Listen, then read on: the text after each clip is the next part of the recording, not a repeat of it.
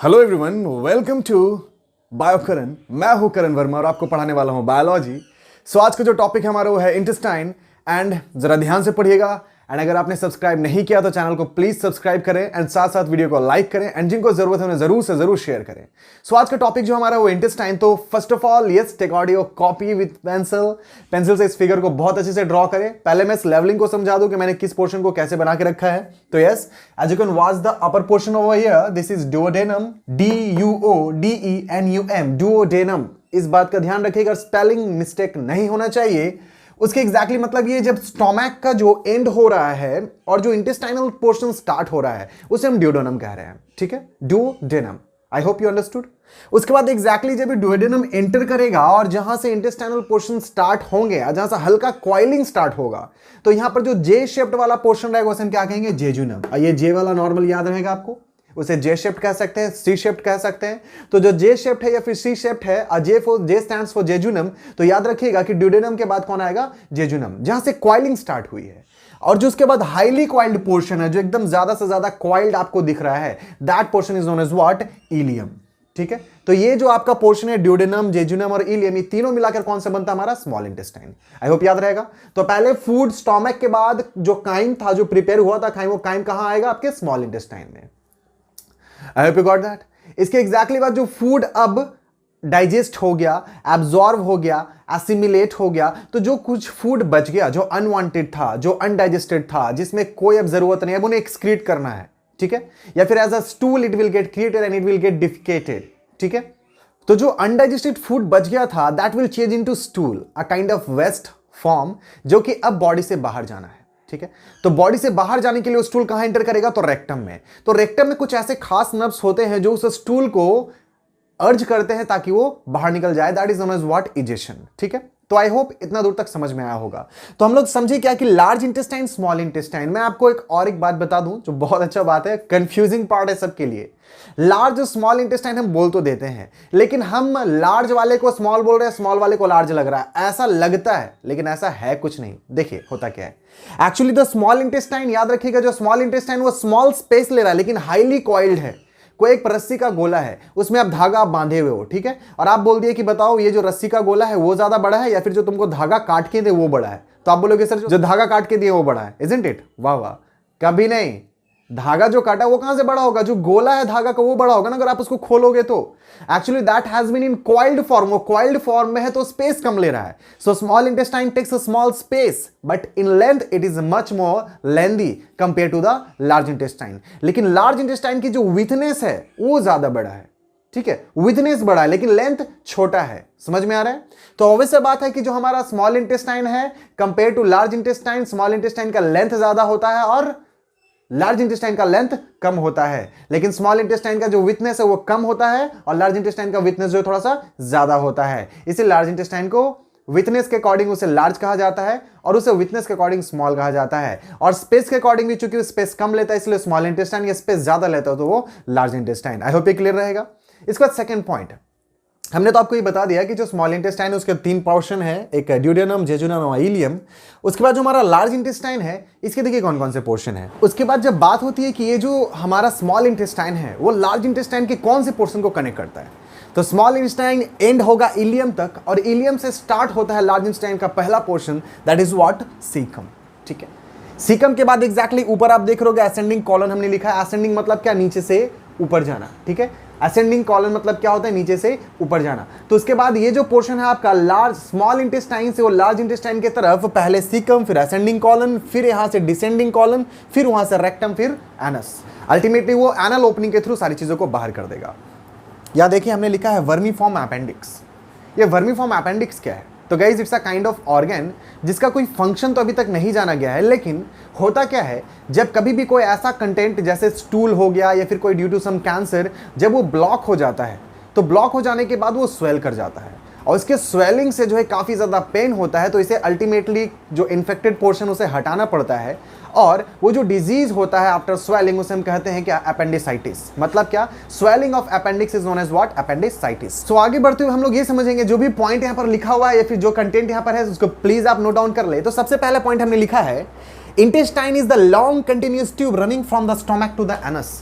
जो इंटेस्टाइन है वो लॉन्ग कंटिन्यूस ट्यूब है जो कि आपका स्टोमक से स्टार्ट होता है और एनस तक का एंड होता है। ओके, इसके बाद हमने क्या बताया कि इंटेस्टाइन के जो है वो डिवाइड किया गया है दो पोर्शन में, एक स्मॉल इंटेस्टाइन और एक लार्ज इंटेस्टाइन, और साथ साथ में रेक्टम वाला पोर्शन।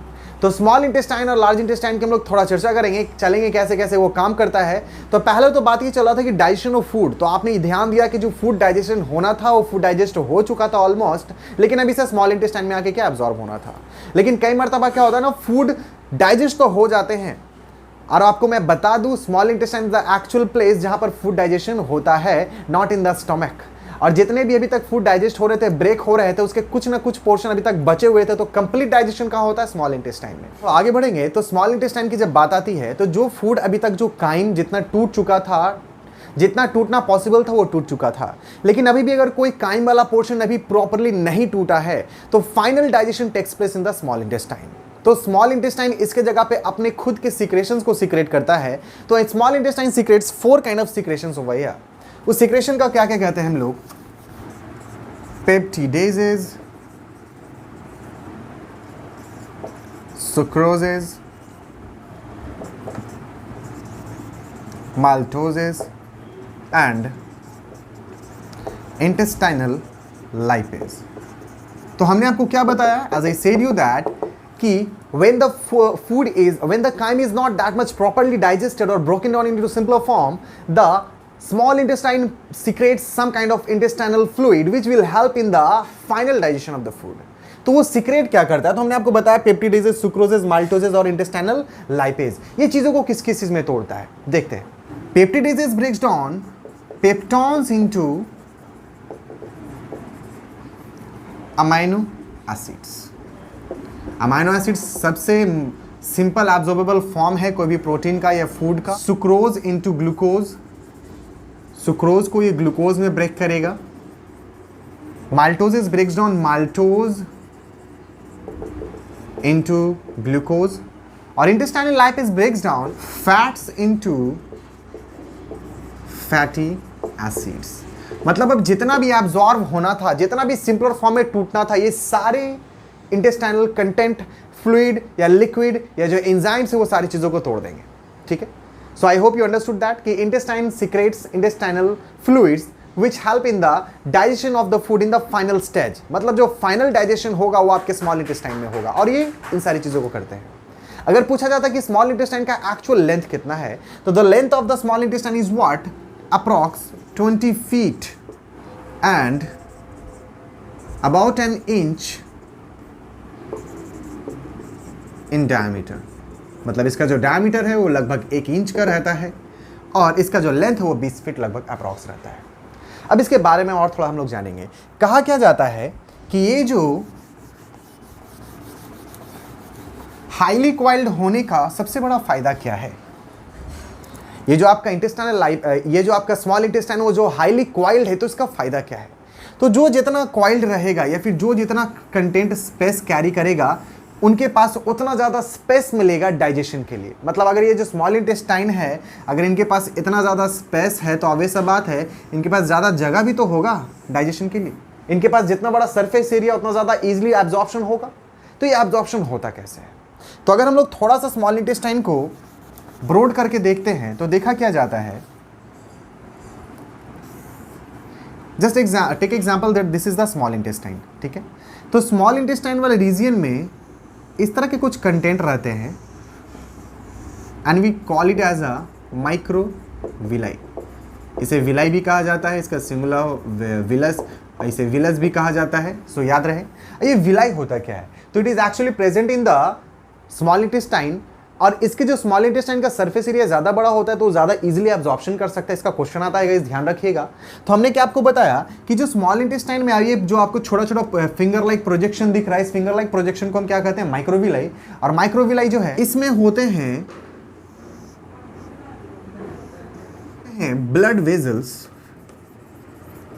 और तो जैसे माइक्रोविलाई की बात करते हैं, it's normal finger like projection present in the small intestine surface. अब होता क्या है कि ये जो प्रोजेक्शन लाइक देख रहे हो इसमें कंटेंट, और यहाँ पर रहता है हमारा ब्लड वेजल्स। ठीक है। तो जो भी काइम वाला पोर्शन डाइजेशन होने के बाद जब उस पे इंटेस्टाइनल जूसेस एक्ट कर लेते हैं, करने के बाद जब वो और सिंपलर फॉर्म में टूट जाता है, तो उसका सेकंड वाला काम क्या है? एब्जॉर्प्शन। ठीक है, तो हमने पहले क्या पढ़ा था? इंजेक्शन, फिर हमारा डाइजेशन हुआ, अब हमारा एब्जॉर्प्शन होगा। तो एब्जॉर्प्शन के वक्त कौन काम करेगा? हमारा माइक्रोविलाई। तो माइक्रोविलाई क्या करता है? अपनी इस ब्लड स्ट्रीम के थ्रू सारे न्यूट्रिएंट्स को, जो हमने फूड खाया तो उस न्यूट्रिएंट्स को क्या करेगा? एब्जॉर्ब करना चालू कर देगा। At it will starts absorbing the nutrients and it will send it to the blood. ये जो ब्लड स्ट्रीम यहाँ पर हमारा अवेलेबल रहेगा, इस ब्लड स्ट्रीम में टोटल न्यूट्रिएंट्स को ये एब्जॉर्ब करके सेंड कर देगा। मतलब पूरा का पूरा जो हमारा स्मॉल इंटेस्टाइन था वो क्या किया? फूड से जो भी हमने खाया, जो भी हमने फूड खाया था उससे जो भी न्यूट्रिएंट्स निकला उसको एब्जॉर्ब करके हमारे ब्लड में पहुंचा दिया। अब ये ब्लड क्या करेगा? हमारे पूरे बॉडी में सर्कुलेट करेगा, और हमारे पूरे बॉडी में सर्कुलेट करेगा तो हमारे हर बॉडी जो बने हुए सेल के बने हुए, तो सेल के पास क्या जाएगा? न्यूट्रिएंट्स लेके सेल क्या करेगा? यहाँ पर अलग अलग प्रोसेस कैरी आउट करेगा। उसके बाद प्रोसेस कैरी आउट करने के बाद वो अल्टीमेटली एनर्जी बनाएगा, that is in the form of 38 ATP। ठीक है, अब ये जो एनर्जी बन रहा है, मतलब अल्टीमेटली ये जो हमारा फूड हमने लिया, लेने के बाद वो एब्जॉर्ब हुआ, एब्जॉर्ब होने के बाद वो जाकर ब्लड स्ट्रीम में मिला, ब्लड स्ट्रीम के बाद वो सेल के पास गया, सेल ने उसे माइटोकॉन्ड्रिया के हेल्प से क्या बना दिया? एनर्जी में चेंज कर दिया। तो इतने दूर का जो प्रोसेस होगा, ये पहला स्टार्टअप यहीं से होगा। तो ये था हमारा एब्जॉर्प्शन। इसके बाद हमारा स्टार्ट होता है एसिमिलेशन। ये जो सारे कंटेंट हमारे बॉडी तक पहुंचे, ये जो फूड हमने लिया था, ये फूड जो हमारे हर एक सेल तक का पहुंचा, और ये सेल जब आया तो सेल के साथ अब इसका फूड का क्या नाता है? जब ये न्यूट्रिएंट सेल तक पहुंचेगा तो सेल करेगा डिवाइड करेगा तो हमारा बॉडी करेगा ग्रोथ। हमारी बॉडी की ग्रोथ होगी, हमारे बॉडी की जहां रिपेयरमेंट की रिक्वायरमेंट है, जहां डैमेज हुआ था वो रिपेयर होगा, डिवीजन होगा, ग्रोथ होगा, रिपेयर होगा, तो हमारा बॉडी क्या होगा? ग्रो भी करते चला जाएगा। और इस पोर्शन को हम क्या कहते हैं? Assimilation. Means what? As the food we took and the food has been utilized in our body for the growth and repairment of our body, this is known as what? Assimilation. So guys, जब हम बात करेंगे large intestine की, तो large intestine की अगर बात होती है तो ये 5 फीट लेंथ में होता है और इसकी डायमीटर होती है 3 इंच की। और चूंकि मैंने आपको बताया है कि स्पेस कम लेता है लेकिन कहलाता है large because of its diameter, ठीक है, जो कि 3 इंच का है। अब क्या होगा कि जो भी फूड जितना डाइजेस्ट होना था वो डाइजेस्ट हो चुका है, जितना एब्जॉर्ब होना था एब्जॉर्ब हो चुका है, लेकिन अब जो फूड अनडाइजेस्टेड, अनवांटेड और अनएब्जॉर्बेबल फूड जो बच गया वो कहाँ चला जाएगा? आपके सीकम में। और चूंकि अभी मैंने आपको बताया कि सीकम कॉलन में असेंडिंग कॉलन, फिर डिसेंडिंग कॉलन, फिर रेक्टम और एनस मिलाकर क्या बनता है? आपका लार्ज इंटेस्टाइन। तो फूड वहां से सीकम में जाएगा, फिर असेंडिंग कॉलन, फिर डिसेंडिंग कॉलन तक जाएगा। लेकिन इस बीच में होता क्या है? पहले हम लोग समझे कि वेस्ट मटेरियल के तौर पे था क्या क्या। तो it can be H2O, that is what? Water. ठीक है, इसके साथ साथ जो हमारा अनवांटेड, अनडाइजेस्टेड, अनएब्जॉर्बेबल फूड था जो टूटा लेकिन क्या एब्जॉर्ब नहीं हुआ, वो सारा कहाँ चला जाएगा? आपके लार्ज इंटेस्टाइन में। लेकिन हमारे बॉडी में वाटर की बहुत ज़्यादा ज़रूरत रहती है, तो जो भी वाटर कंटेंट रहेगा वो फिर से रीअब्जॉर्ब हो जाएगा with the help of large intestine, और वो हमारे बॉडी तक के पहुँच जाएगी। बिकॉज हमारे बॉडी में और भी प्रोसेसेस चलते रहते हैं जिसमें वाटर की बहुत ज़्यादा रिक्वायरमेंट रहती है। ठीक है, तो अब जो कंटेंट बच गया वाटर अब्जॉर्ब होने के बाद, जो पहले काइम वाला पोर्शन था और जब सिंपलर फॉर्म में तोड़ दिया गया और जब वाटर उसे हटा दिया गया, तो it's a kind of liquefied solid, मतलब हल्का सा लिक्विड है लेकिन एक्चुअली वो सॉलिड कंटेंट है, and that is known as what? Faeces. That is known as what? Faeces. इसे हम स्टूल भी कहते हैं। और ये स्टूल जो है, now it will be adjusted through the rectum with the help of anus.